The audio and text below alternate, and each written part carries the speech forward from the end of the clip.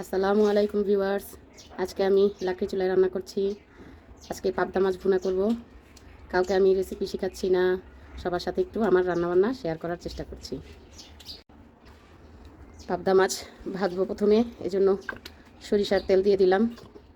আমি আবার সব রান্নাবান্নার ক্ষেত্রে সরিষার তেল ব্যবহার করার চেষ্টা করি, বিশেষ করে ভুনা রান্না করলে কিংবা মশলা দিয়ে রান্না করলে সরিষার তেল দিয়ে রান্না করার চেষ্টা করি। ভাজি করলে সয়াবিন তেলই দিই।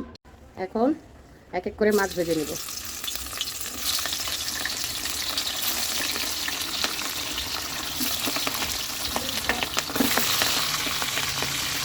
পাবদা মাছ ভাজতে গেলে কার কেমন তেল ছিটে জানি না, আমি পাবদা মাছ ভাজতে গেলে আমার তো প্রচণ্ড পরিমাণে তেল ছিটে। তেল ছিটার জন্য একদম দূরে থেকে উল্টাতে হয়।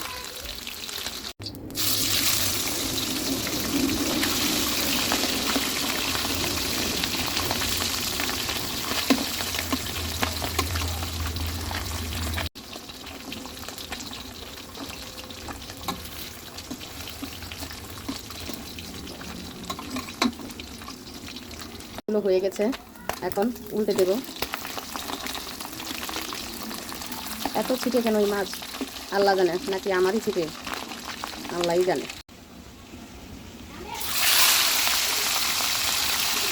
এই তো মাছ ভাজা শেষ, এখন পেঁয়াজ দিয়ে দিব। কিছুটা পেঁয়াজ সাথে টমেটো দিয়ে একদম মাছগুলো ভুনা ভুনা করব। 1 চামচ লবণ ও টমেটোগুলো দিয়ে দিলাম, তাড়াতাড়ি সেদ্ধ হয়ে যাবে।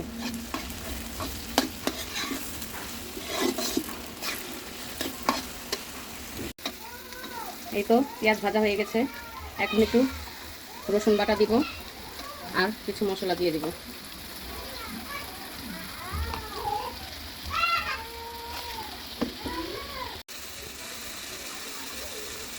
হলুদ দিয়ে দিলাম, এখন একটু পানি দিয়ে দিব, ভালো মতন মশলাটা যেন কষে যায়। যখন ভালো মতন মশলাটা কষানো হবে তখন মাছগুলো দিয়ে দিতে হবে। এ পর্যায়ে মশলা ভালো মতন কষানো হয়ে গেছে, এখন মাছগুলো দিয়ে দিই।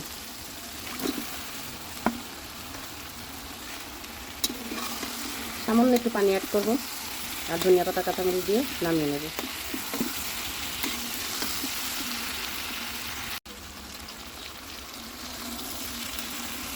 পানি দিয়ে দিলাম। এই তো এখন কাঁচামরিচ দিয়ে দিব আর কিছু ধনিয়া পাতা